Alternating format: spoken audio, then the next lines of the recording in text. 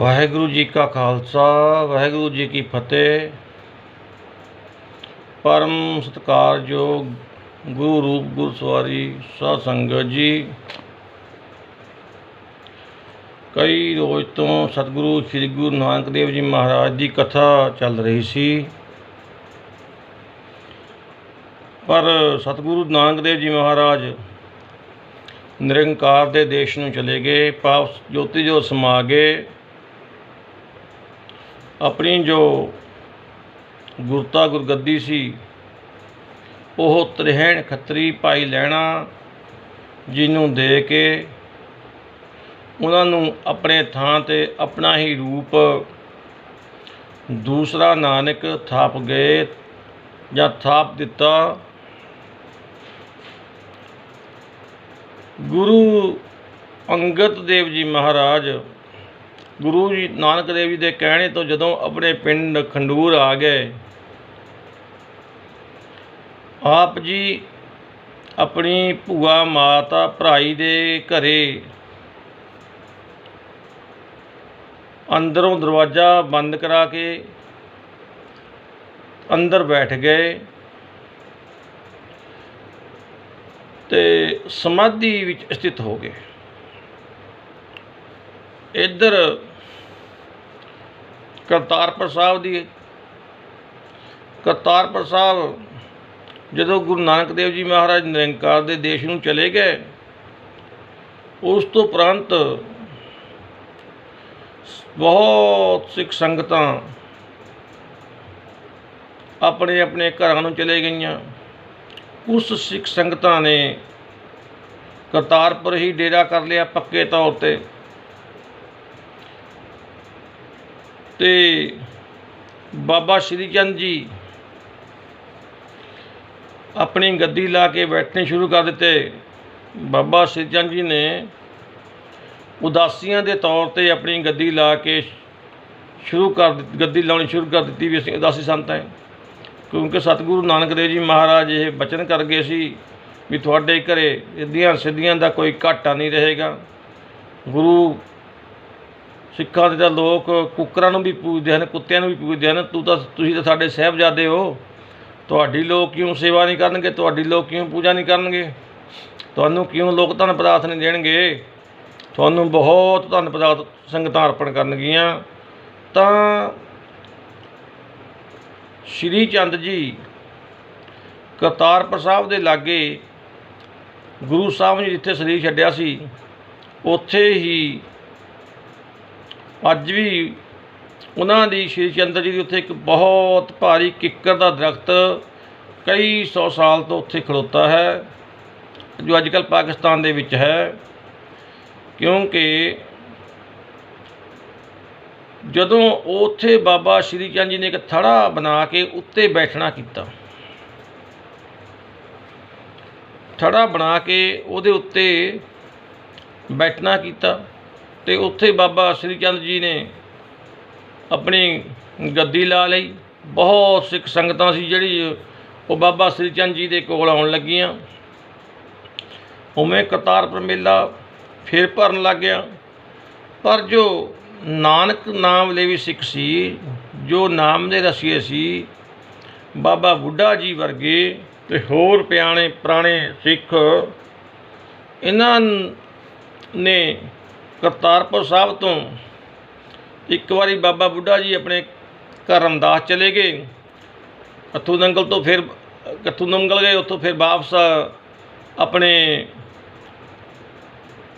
घर तो वापस फिर करतारपुर साहब चले गए। करतारपुर साहब होर भी जो गुरु जी के सिख सीगे, उन्होंने आख्या भी जिन्हां पुरखां नूं गुरु नानक देव जी महाराज अपने तो बाद गुरता गुरगद्दी दे के गए हैं, उन्होंने तो भाल करिए वो कित्थे हन, चलो देखिए। तो पहला कई नगरां विच भाल की, पर किते गुरु जी का पता ना लग्या। तो बाबा बुढ़ा जी अंतरजामी सी, सतगुरु श्री गुरु नानक देव जी महाराज की कृपा सदका उन्होंने ब्रह्म ज्ञान की दात प्राप्त हुई सी। ਤਾਂ ਬਾਬਾ ਬੁੱਢਾ ਜੀ ਨੇ ਅੰਤਰਜਾਮਤਾ ਨਾਲ ਦੇਖਿਆ ਵੀ ਗੁਰੂ ਜੀ ਇਸ ਸਮੇਂ ਮਾਈ ਭਰਾਈ ਦੇ ਘਰੇ ਅੰਦਰੋਂ ਸਮਾਧੀ ਸਥਿਤ ਬੈਠੇ ਹਨ। ਤੇ ਬਾਬਾ ਜੀ ਚਲੇ ਗਏ, ਸੰਗਤਾਂ ਹੋਰ ਵੀ ਨਾਲ ਸੀ। ਤੇ ਜਦੋਂ ਪੁੱਛ ਕੇ ਮਾਤਾ ਦੇ ਘਰੇ ਗਏ, ਮਾਤਾ ਜੀ ਨੂੰ ਗੁਰੂ ਜੀ ਬਾਬਤ ਪੁੱਛਿਆ ਵੀ ਗੁਰੂ ਜੀ ਇੱਥੇ ਹਨ, ਤਾਂ ਮਾਤਾ ਜੀ ਕੁਛ ਨਾ ਬੋਲੇ। ਤਾਂ ਬਾਬਾ ਜੀ ਨੇ ਤੇ ਸੰਗਤ ਨੇ ਭਾਫ ਲਿਆ ਬਈ ਗੁਰੂ ਜੀ ਜ਼ਰੂਰ ਇੱਥੇ ਹੀ ਹਨ। ਤਾਂ ਜਦੋਂ ਬਾਬਾ ਬੁੱਢਾ ਸਾਹਿਬ ਜੀ ਨੇ ਇੱਕ ਨਵਾਂ ਦਰਵਾਜ਼ਾ ਇੱਟਾਂ ਦਾ ਗਾਰੇ ਨਾਲ ਬੰਦ ਕਰਿਆ ਹੋਇਆ ਵੇਖਿਆ,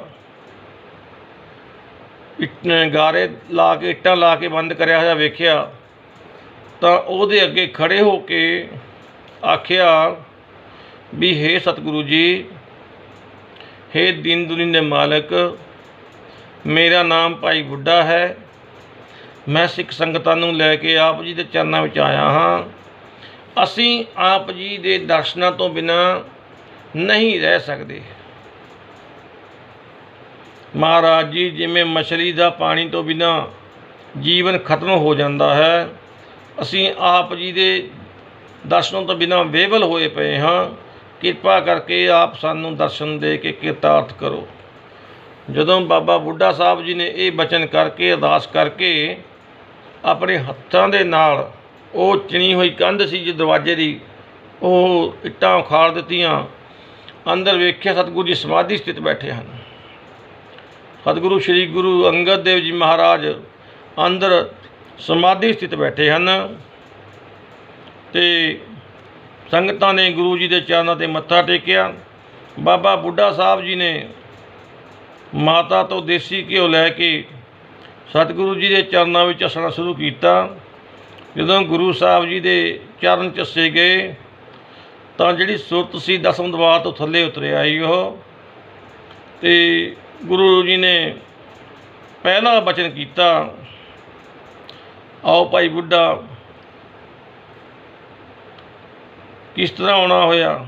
ਤੇ ਨਾਲੇ ਕਿਹਾ, ਜਿਸ ਪਿਆਰੇ ਸੁਨੇ ਹੋ ਤਿਸ ਆਗੇ ਮਰ ਚੱਲੀ ਹੈ, ਦਿਖ ਜੀਵਨ ਸੰਸਾਰ ਤਾਂ ਕਹਿ ਪਾਤਸ਼ਾਹ ਜੀਵਣਾ। ਇਹ ਬਚਨ ਸਤਿਗੁਰੂ ਸ਼੍ਰੀ ਗੁਰੂ ਅੰਗਦ ਦੇਵ ਜੀ ਮਹਾਰਾਜ ਨੇ ਕੀਤਾ। ਗੁਰੂ ਸਾਹਿਬ ਜੀ ਦੀ ਬਾਣੀ ਹੈ, ਗੁਰੂ ਅੰਗਦ ਦੇਵ ਜੀ ਦੀ, ਤ੍ਰਿਕ ਜੀਵਨ ਸੰਸਾਰ ਤਾਂ ਕਹਿ ਪਾਤਸ਼ਾਹ ਜੀਵਣਾ। ਤੇ ਸਤਿਗੁਰੂ ਜੀ ਉੱਥੋਂ ਅੰਦਰ ਬੈਠੇ ਹੋਏ ਸੀ ਜੋ ਉੱਠ ਖੜ੍ਹੇ, ਬਾਹਰ ਆ ਗਏ। ਗੁਰੂ ਜੀ ਵਾਸਤੇ ਮਾਤਾ ਜੀ ਨੇ ਤੇ ਬਾਬਾ ਬੁੱਢਾ ਸਾਹਿਬ ਜੀ ਨੇ ਇੱਕ ਸੋਹਣਾ ਮੰਜਾ ਵਿਛਾ ਦਿੱਤਾ। ਗੁਰੂ ਸਾਹਿਬ ਉਸ ਮੰਜੇ 'ਤੇ ਸੁਸ਼ੋਭਿਤ ਹੋ ਗਏ।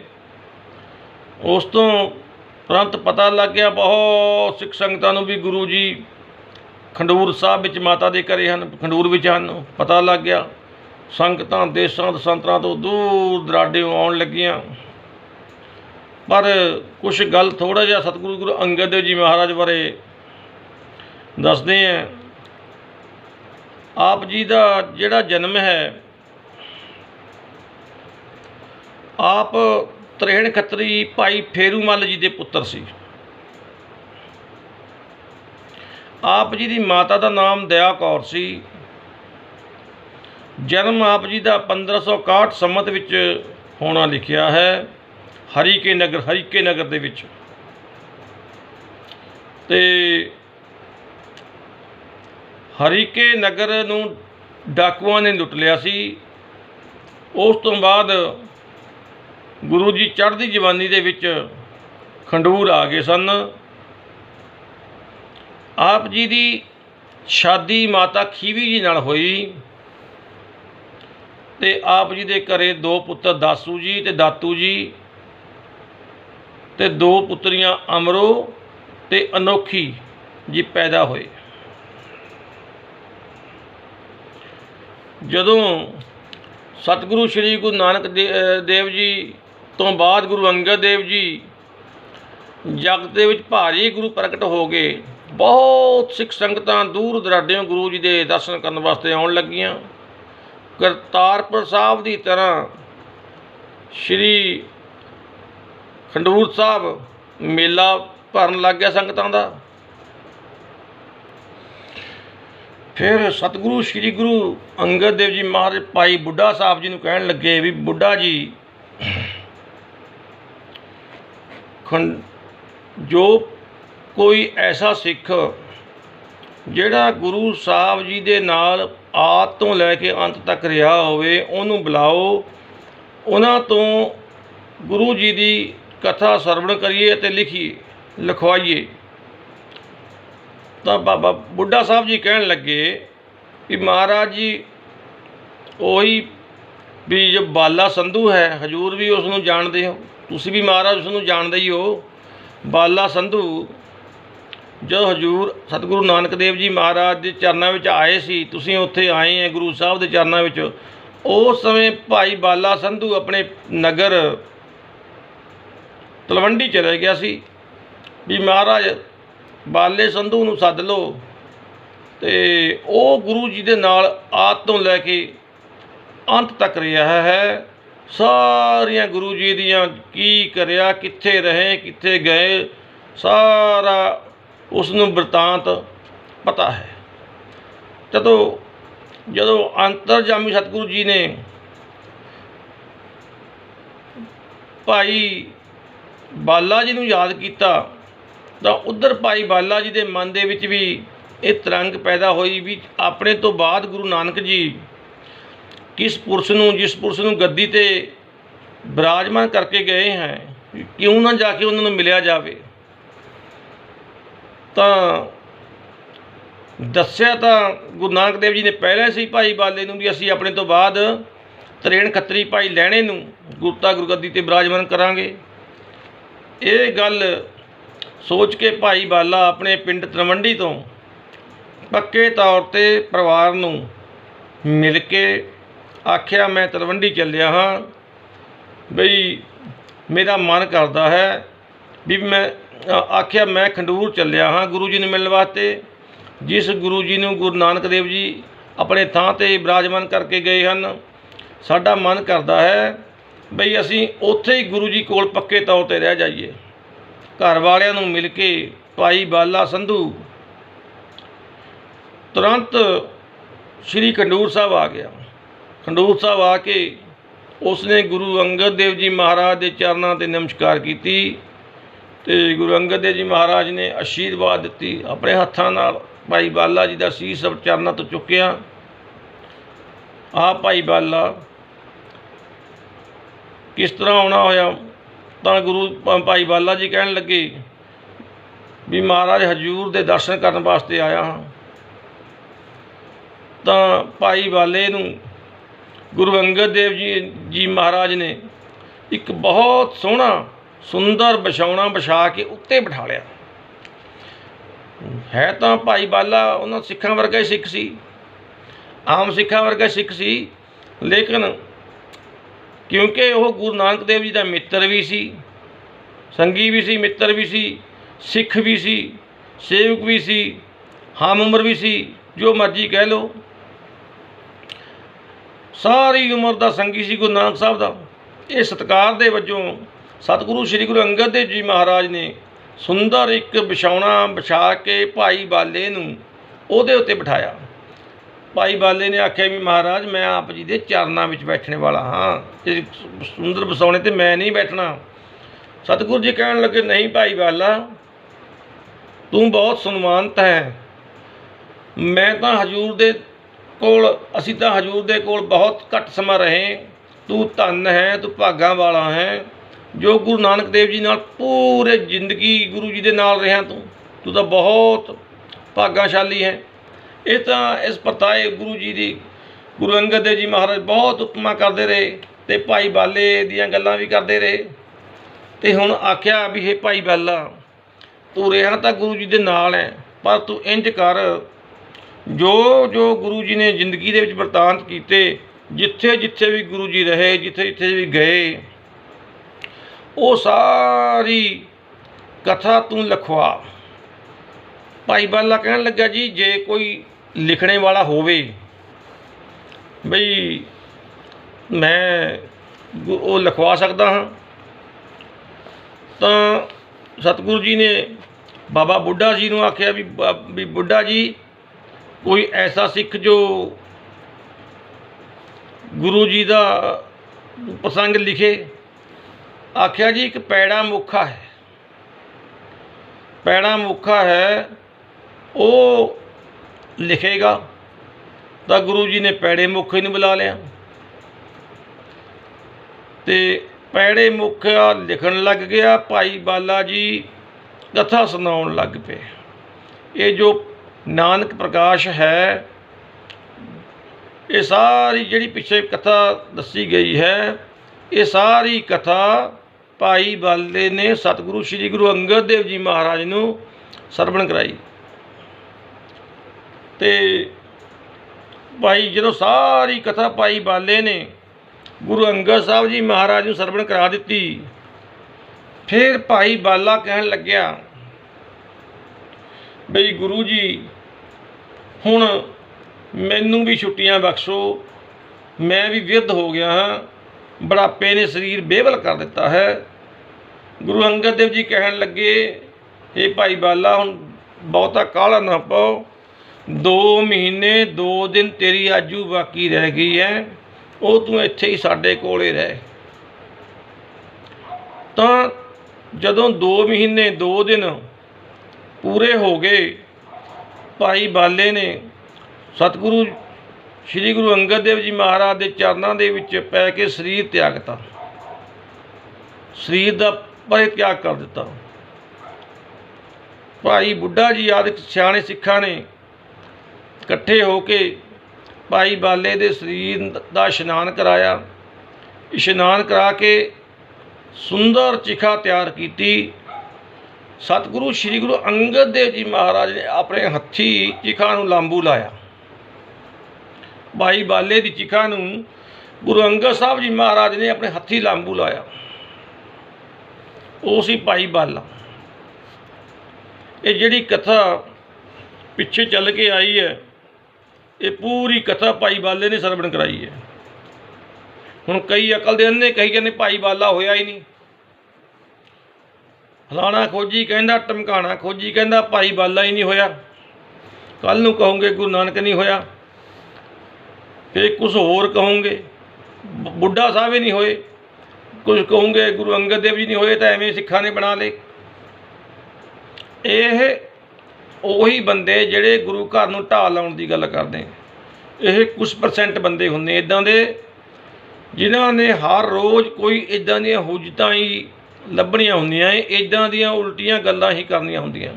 ਕੁਝ % ਹਰੇਕ ਮਹਿਕਮੇ ਵਿੱਚ ਤੁਹਾਨੂੰ ਮਿਲ ਜੂਗੇ। ਸਿੱਖਿਆ ਵਿੱਚ ਤਾਂ ਬਹੁਤ ਹੈ ਇੱਦਾਂ ਦੇ, ਹੁਣ ਖਾਸੇ ਹੋ ਗਏ ਜਿਹੜੇ ਇੱਦਾਂ ਦੀਆਂ ਗੱਲਾਂ ਕਰਦੇ। ਦੇਖੋ ਇਤਿਹਾਸ ਨੂੰ ਤੋੜਨੇ ਮਰੋੜਨੇ ਦੀ ਗੱਲ ਕਰਦੇ। जन्म साखी ने झूठी कहने।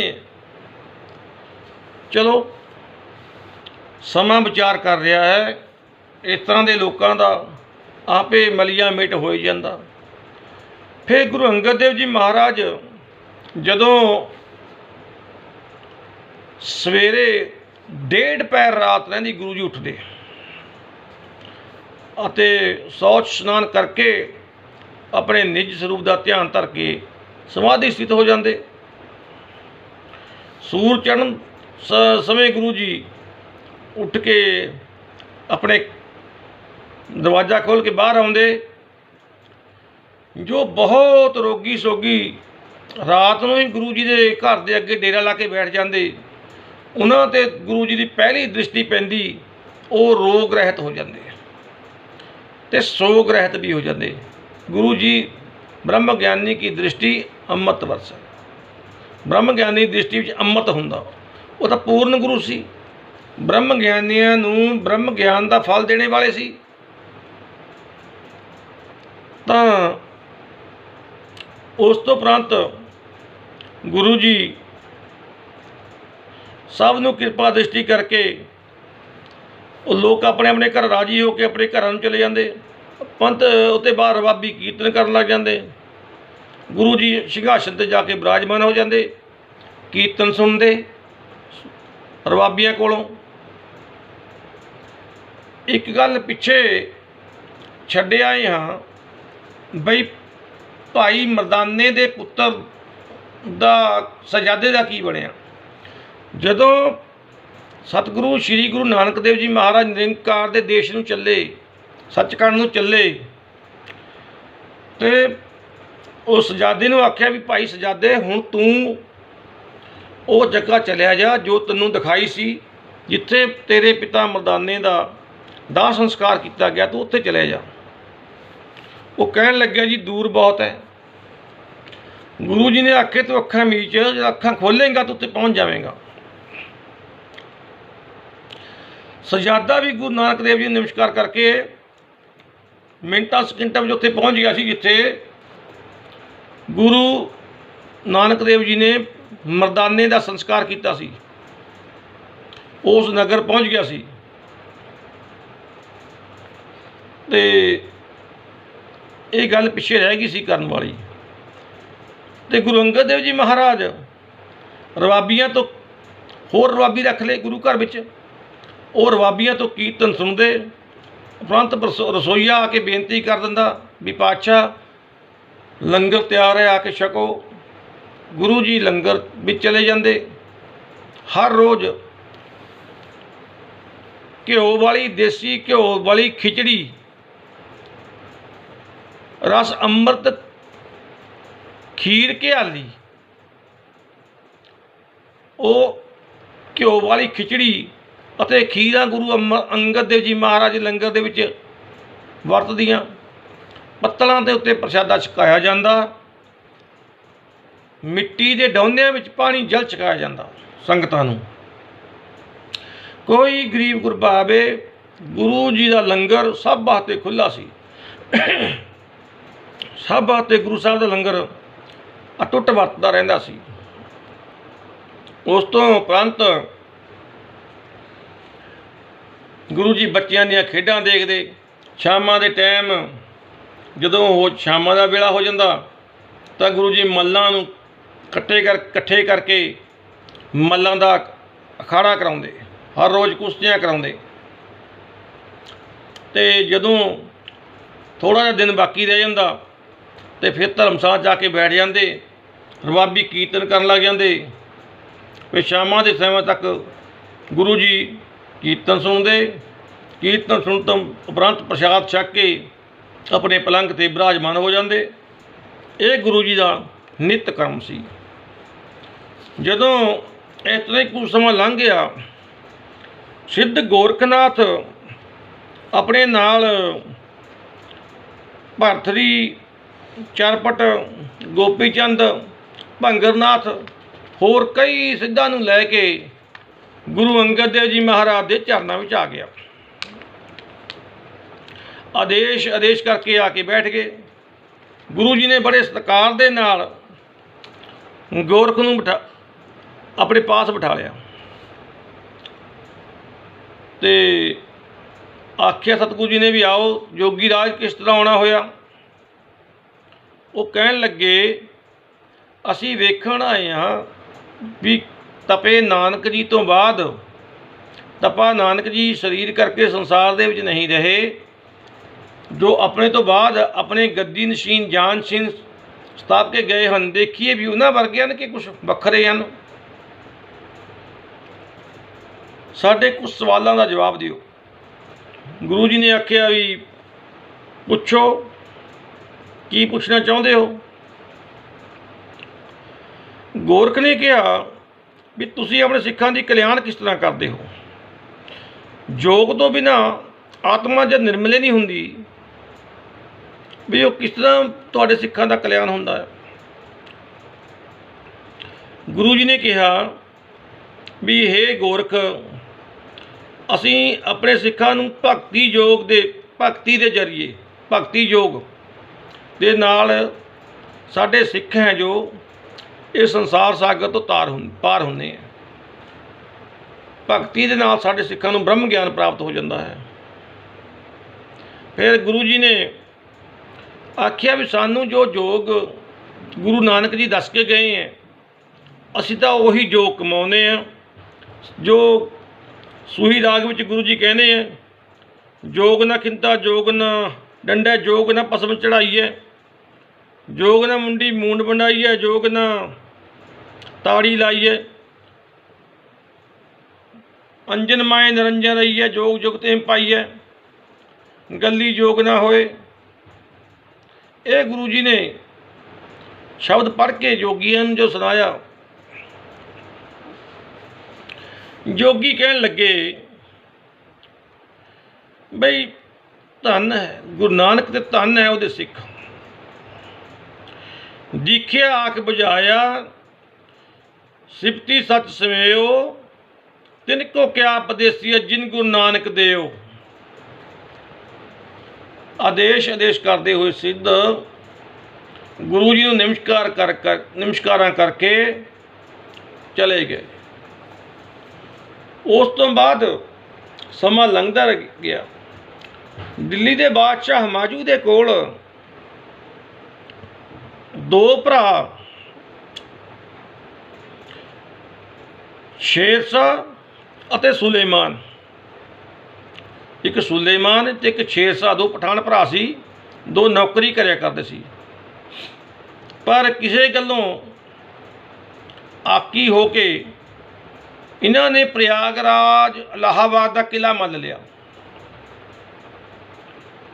ते अपनी फौज खड़ी कर ली।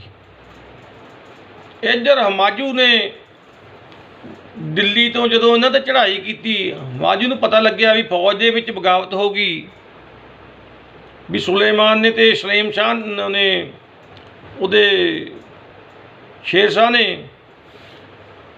प्रयागराज इलाहाबाद का किला मल लिया, बई इन्हें भी दिल्ली तो चढ़ाई की। पर दाजू के मैदान के बड़ी गह के लड़ाई हुई। वो लड़ाई दे विच मुगल फौज के पैर उखड़ गए, हमाजू की फौज के पैर उखड़ गए, फौज भज गई। हमाजू बड़ी मुश्किल दे नाल अपने पुत्र नूं ते इस्त्री नूं बचा के अंबाले वालों नस्सिया आया, इधर नूं नस्सिया आया, अंबाले वाले पासे श्री अमृतसर वाले पासे नूं दौड़े आया। ते एक रथ कुछ गड्ढे सवार दे कोल सी, थोड़ी जी फौजी टुकड़ी कोई गश्ती फौजी गश्ती टुकड़ी ये नाल सी। ये चलदा चलदा श्री खंडूर साहब के कोले आ गया। किसी अहलकार टहलकार तो पूछया भी गुरु नानक देव की गद्दी ते इस समय कौन विराजमान है।